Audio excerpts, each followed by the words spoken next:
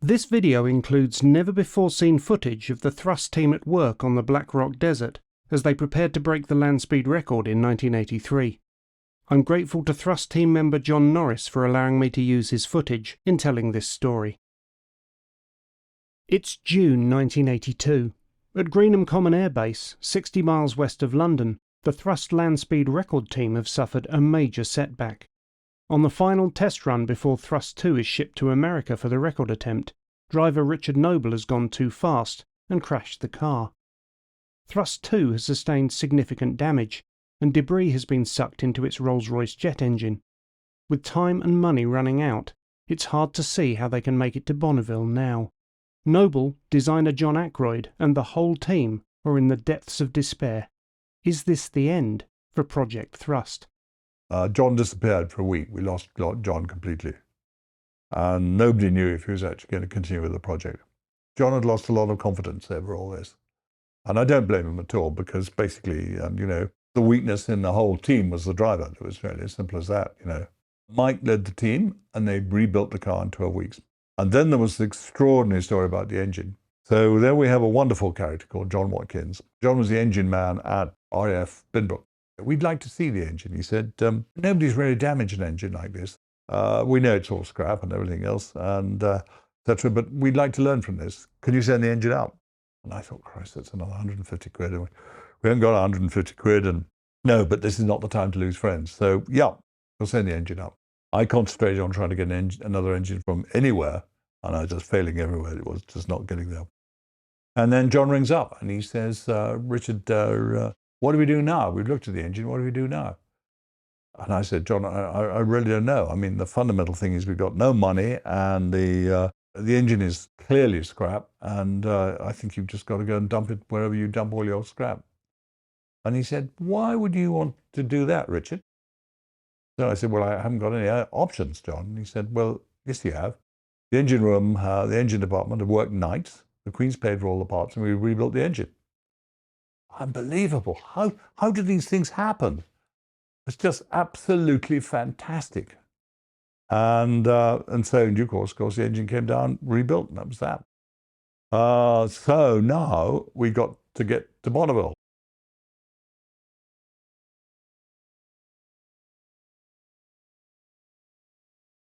On September the 10th, 1982, 12 weeks after the accident, Thrust 2 was rolled out of the workshop. Once again, the team and the car were ready for Bonneville. But would Bonneville be ready for them?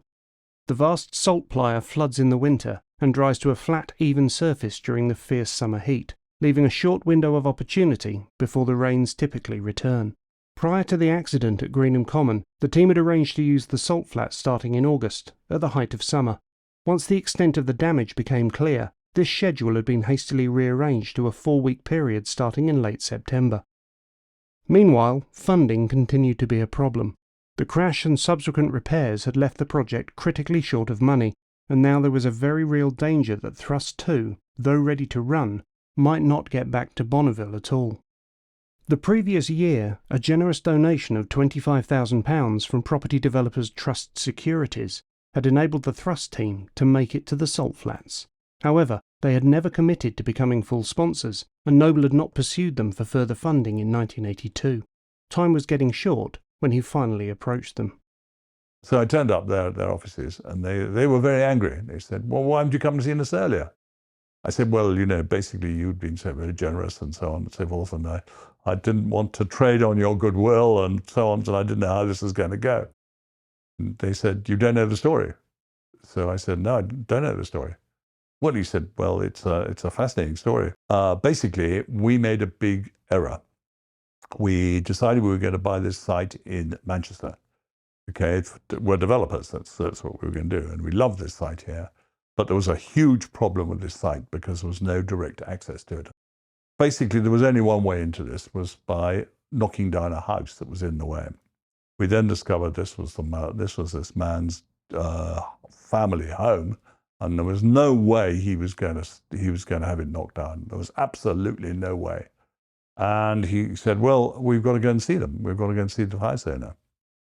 So they went round and they banged on the door, and the door was opened, and the guy said, who are you? And he said, well, we're Trust Securities, and we've come to talk to you. Oh, no, by that side, I don't want to talk about that, he says. And then he says, hang on a moment, were you anything to do with that thrust project thing? And they said, yeah, we're one of the sponsors. Well, come on in, let's talk. I think it's a wonderful thing you did. And that was it. So we saved the company. And the Trust Securities Director said, look, Richard, it's fairly straightforward. We are going to sponsor you until your project's successful. Every year, we're going to sponsor you. You saved our entire company. As the team prepared to return to Bonneville, everyone had their fingers crossed that this time the weather and the money would hold out. It's a very tough, very sober team, realizing just what we're doing. Beforehand, we'd been a very confident team. After all, we could do all these runs at air shows and so on. But now we were a very sober team. We were way out of our comfort zone. Was this driver actually going to let us down again? Was the car going to let us down? Was it all going to work?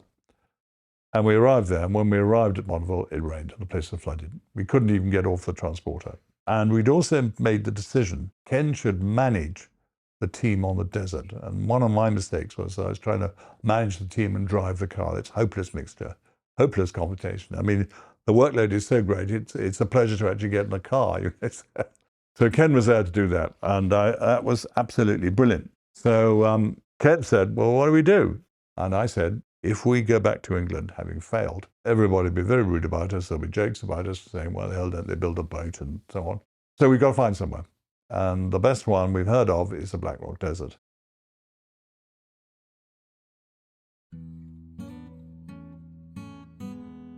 "7 hours by road from the salt flats of Bonneville lies the tiny town of Gerlach, on the edge of Nevada's Black Rock Desert. In the 19th century, the desert had been part of the emigrant trail to California and had since been used as a gunnery range and for testing rockets. The vast playa covers 200 square miles, with dry silt potentially offering a better surface than Bonneville's salt flats, which Noble had found uneven and ill-suited to the car's solid aluminium wheels. With Bonneville flooded, the thrust team had little choice but to try their luck on the Black Rock Desert, or go home.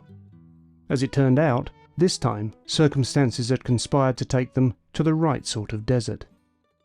There was a splendid character, a British guy who'd come along to see us, and he knew the Black Rock Desert. So he and I got in his car and we drove to the Black Rock Desert. And we suddenly found this wonderful place. So I then phoned up Ken and said, Ken, we haven't got any permission to come, but just come. We haven't got any time. We've just got to get that. So we, while Ken was bringing everything over, we then had the meeting with the Bureau of Land Management, who ran the site. And they said, yes, what we want to do is some qualified trials. We just want to find out what this is about. So before long, we got the car up to 400 miles an hour on the desert. And this was the right desert. It was the right surface. The new wheels worked fine. The car felt safe. It wasn't the rattly old car that we'd been driving before. It was really in its element. The Bureau of Land Management are happy. Everything's doing good. And then the Sierra Club appear on the scene. The Sierra Club are the environmentalists. And their idea was that basically what's going to happen was that the whole area of the Sierra Nevadas should be actually locked off. Nobody should be allowed to go there. They didn't like the idea of the flights flying over. So the flights should be diverted. And so there we suddenly found the right desert. We got 400 miles an hour in our belt. We were, the whole thing was going to work. And basically we were going to be banned. And then what happened was amazing. The little village of Gerlach, they got together and they presented a petition on television to the local senator, the result of which was we were given permission to run. The Sierra Club gave up at that point. Then we began running. But of course we were too late in the season. But we got into the 600s, which was great. So now we knew we could do it. We knew we could do it, but we just needed the right desert. As the winter rains hit the Black Rock Desert, turning the fine silt surface into mud, the thrust team headed home. The record was within reach. Both car and driver were performing perfectly, and they'd found Thrust 2's natural home. This time, despite the weather robbing them of a record attempt, even the sponsors were happy. They'd insured the project against the unlikely prospect of rainfall in a desert. Before the team's return to Black Rock in 1983, John Ackroyd oversaw modifications, lightening the car and altering the underside to reduce drag. Meanwhile, the Avon 302 engine was looked over by Rolls-Royce's specialists at East Kilbride in Scotland. They were just basically sort of tuning it up and trying to get the best out of it and everything. And they'd been running it in reheat. And I rang them up and said, "How's it going? Have you been running in reheat?" "Yeah, we've been running reheat." "Oh, good, fine. What are you getting?" "Well, we think we can get a few more percentages out of her. And yeah, we're pretty pleased." And I said, "How long have you run it in reheat?" "Oh, about an hour." I said, "Christ almighty, God, who's paying for the fuel?" There's a sort of silence, and I don't think you should ask that question, Richard. Aiming to get back onto the desert at the first opportunity, the thrust team needed an advance party at Black Rock to keep an eye on conditions as the desert dried. Designer John Ackroyd was only too keen to oblige. John loved the desert. He absolutely loved the area, and he felt completely at home at the area. And so he volunteered to go out there and keep an eye on the water, okay, because the water would gradually evaporate and the desert would be clear. He would do that, and he wanted a break too because he'd been under enormous pressure. Then suddenly John gives the go ahead, and we're on our way out, and we're going to do it. We get going, and we start running into problems. First of all, we start having a problem with the engine. And we did a run, and the engine flamed out. And that was simply because we were now running longer distances, and we were running up to 60 or 70 minutes, 70 seconds in reheat. We were running out of fuel. And this was horrifying because basically we could have fixed this. We could have actually should have thought about this. We should have increased the size of the fuel tanks, but we didn't do it. We couldn't do it out in the desert. Now time was against us. The whole thing was getting very, very difficult. Mike Hearn suddenly had a bright idea so that he put a time clock in the cockpit. So this time clock actually switched in and switched out the electric fuel pump. And the idea was that we might be able to use a bit more of the main fuel and make that available for the reheat, which was, of course, gobbling the fuel. So we used that, and that was the solution. The thirst of the Avon 302's reheat versus the capacity of the fuel tanks was one of several problems remedied by the team whilst on the desert. But when Rolls-Royce engine specialist George Webb spotted an issue the team weren't even aware of, it immediately made a huge difference. When the more powerful Avon 302 had replaced the original engine, an error had left the mechanical linkage controlling the reheat unable to move through its full range. The reheat system is selected from the foot throttle, right? So you push down, just like you accelerate in a car, you push down. And there is a quadrant which selects different levels of reheat. So you've got concentric gutters in the pipe. And what was happening was we weren't getting full reheat. We were never getting full reheat until George discovered this and then gave us full reheat. So that gave us a terrific boost to the car. It became a lot more lively, which was really, really good. So we were worried about the load on the front suspension, which was very heavy. And so John raised it 0.17 of a degree nose up. And Breedlove was around from time to time, and he said, you know, you're running it with far too much weight on the front and so on. And he convinced us that that's what we should do. So we did that. The result of which was that the car was within 7 miles an hour of takeoff. And we survived. More people have walked on the moon than have driven faster than 600 miles per hour. I asked Richard Noble to describe a run in Thrust 2, from start-up to shutdown. You're sitting there and you're getting the engine started. Car is connected up to the Palouse, which is a little bomb-like job, which provides the compressed air. And then suddenly we're given the signal to start. So we start the little Palouse, that winds up, and it reaches the right RPM. They give me a signal, I press the button on the panel, and that then winds the Palouse right up to full power. Engine starts to wind, clanks away, because remember all the blades on an engine like that are loose, and they only tighten up when the engine's actually spinning hard. So it clanks away, and then when you get to, I can't remember the figure, say about 10 or 12%, you then press the foot pedal through one detent, okay, and that lets the fuel in the engine, and the engine protests badly. It doesn't like all this fuel going in, and there's a great rumble, and it's not quite sure, and it's uncertain, and then eventually it runs up to 80%, which is, I think, was what I remember as our idling point. So These engines don't produce any real power until they're really going absolutely flat out. So you're up to 80% now, and you're beginning to use quite a lot of fuel.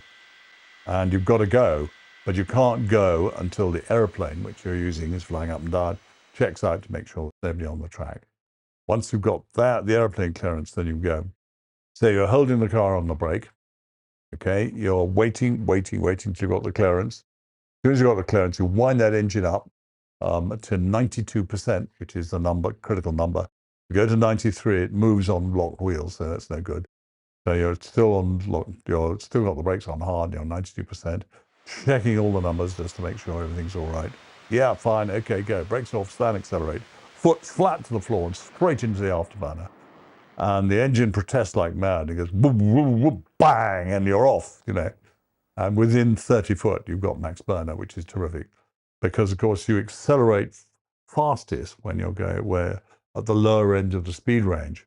You're worried about the overall distance that's a limited availability. So you've got to accelerate as fast as you can at the slower range of the car.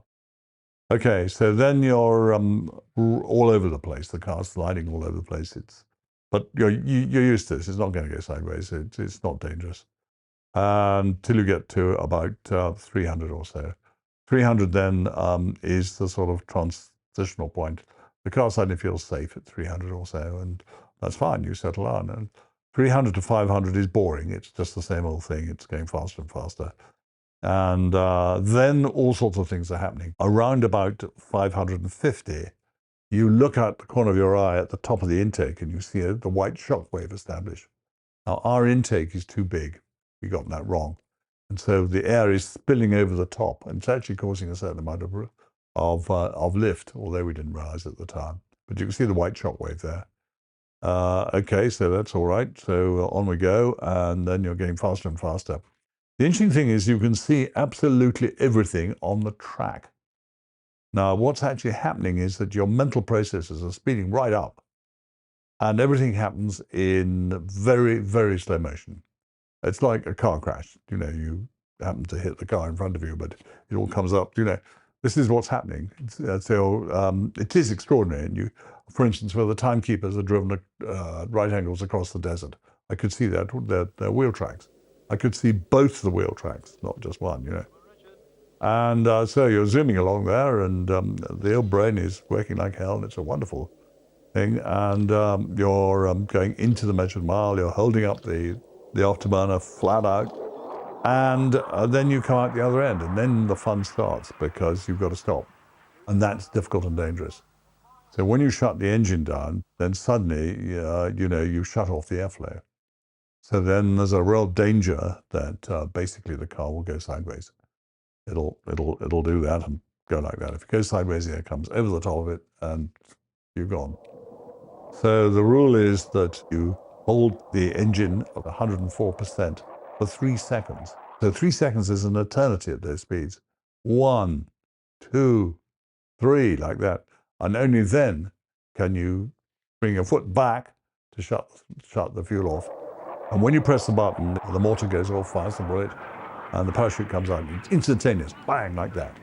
And you're losing speed between 5 and 6 Gs. So you're losing speed around 120 miles an hour per second. And the human body can't take this sort of thing. So what happens is you tend to move forward in the straps, and you get a thing called a somatographic illusion, which upsets your inner ears, and you're convinced you're driving straight down the middle of the earth. Were you expecting it the first time? No, not that at all. happened? Nobody told me about that, and I thought I was going mad. I was dying or something, But that's only for a few seconds, and you're down to a leisurely 400. And then at 400, it's just incredibly boring. You want to get out and walk, It's just, the 400 is nothing. And then you're down to a gradual 200 miles an hour, and you bring the wheel brakes in and bring it to a halt. And then probably about 5 minutes later, the Jaguar's caught up with you, and they're there, and you've got to report on absolutely everything. And of course, you've got a camera inside the cockpit, which is recording everything.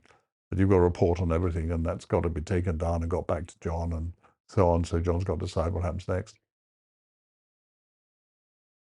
It's October the 4th, 1983, exactly 1 year since the thrust team first arrived on the Black Rock Desert. Since 1970, Gary Gabelich and the Blue Flame have held both the mile and kilometre records at average speeds of 622 and 630 miles per hour, respectively.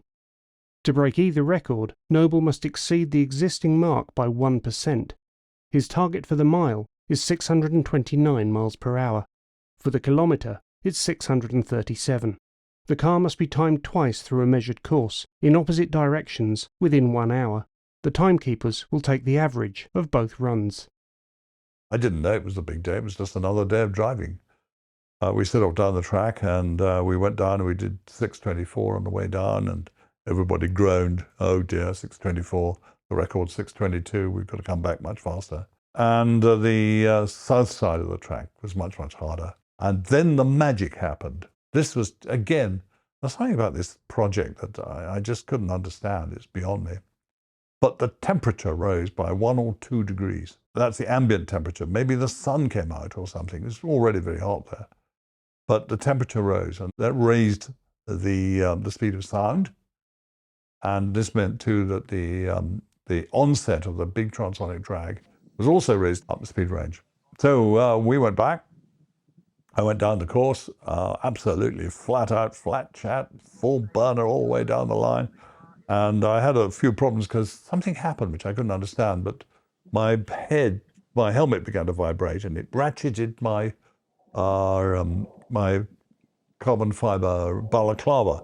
And the eyes started to go down, the eye holes started to go down like this. So I was driving the car like that. But we got to bloody do this thing. And we came up the other side, and that was it. We'd got 633. Noble and his team had broken the mile record, but Thrust 2's average through the kilometre was 634.051 miles per hour, short of the speed required. Despite now holding the record for the mile, Noble did one last run to see if they could break the kilometre record too. With a shorter run-up to the timing markers, they weren't quite fast enough. It didn't matter. The FIA accepted Noble and Thrust 2's average speed through the mile at 633.468 miles per hour as the new world land speed record. And the extraordinary thing about the world record is that one moment you haven't got it, the next moment you have got it. And the closeness of the team was fantastic because we'd all kind of lived together with this thing every second for years and years. And then suddenly there was no reason for it anymore. It was all over. The car, we were never going to run the car anymore. That was it. It was just over. We finished. Got the world land speed record, and we got to go home. After 9 years of hard graft, from a London garage to the Black Rock Desert, from triumphant highs to despairing lows, the Thrust team was finally awarded the ultimate accolade, and Richard Noble had achieved his lifetime's ambition: to be the fastest man on Earth.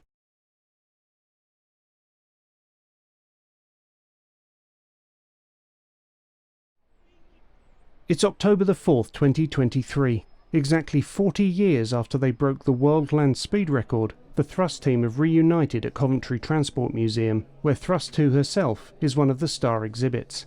For all of them, the years spent chasing the record with Richard Noble were a life experience they'll never forget. My name's Phil Goss. I was involved in doing the bodywork on the car, such as the swing, after the crash at Greenham Common. John Ackroyd was a very good designer, and all of his drawings were hand done and very 3D, very easy to follow. And it was a good project. Everything was doable. Essentially, I was a gopher in 1983 at the Black Rock Desert as part of the start team. So, interestingly, I only saw the car run at very high speed once, and that was on the second of the 3 runs we did on the 4th of October. And it was the only time I actually saw it run at very high speed. The rest of the time I was standing behind the car when it went off, and therefore clouds of dust later disappeared, so I never actually saw much of it after that. But it was a great privilege to be involved, and I think, something we'll never forget. I'm Andrew Noble. I'm Richard's younger brother. I was involved in the 4 years in Thrust 2, and I was initially one of the start team leaders, and later I drove the truck because we didn't have a truck driver at the time. And I went on all 4 outings, the 1 in England and the 3 in America, which ended up with Richard getting his record. We had an extraordinary adventure. All the people who were involved in this. Basically, we had never done anything like this before. We had no idea how this was going to go, but we were all driven by one thing, which is extraordinary, is getting involved. You were involved with Richard's enthusiasm. Thousands of people visit the museum each year, where they can see Thrust 2 and her sister record breaker Thrust SSC displayed together. To this day, they remain the fastest cars on Earth. Richard Noble's world land speed record of 633.468 miles per hour stood for 14 years. In September 1997, Noble's next car, Thrust SSC, raised the record to 714 miles per hour, with RAF pilot Andy Green at the wheel. 3 weeks later, Green set the first officially recognised supersonic land speed record at an average of 763 miles per hour. The record still stands. Ken Norris spent a lifetime breaking records, designing Donald Campbell's Bluebird vehicles before managing the Thrust 2 team and helping with the Thrust SSC project. Ken Norris died in 2005. Thrust 2's designer John Ackroyd died in 2021. After Thrust 2, he went on to design capsules for Richard Branson's balloon adventures, and much more besides. He also designed components for Thrust SSC. Richard Noble is still chasing records. His latest project, Thrust WSH, is seeking to raise the world water speed record to 450 miles per hour.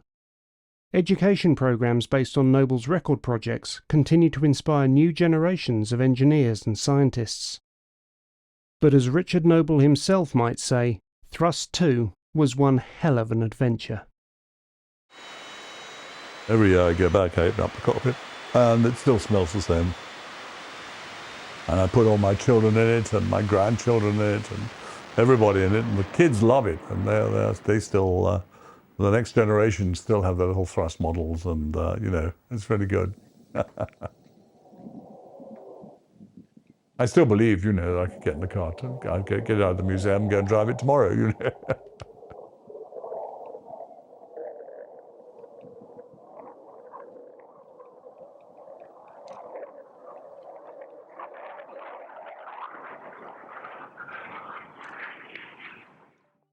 Scarf and Goggles have lots more stories of speed and record breaking on their YouTube channel.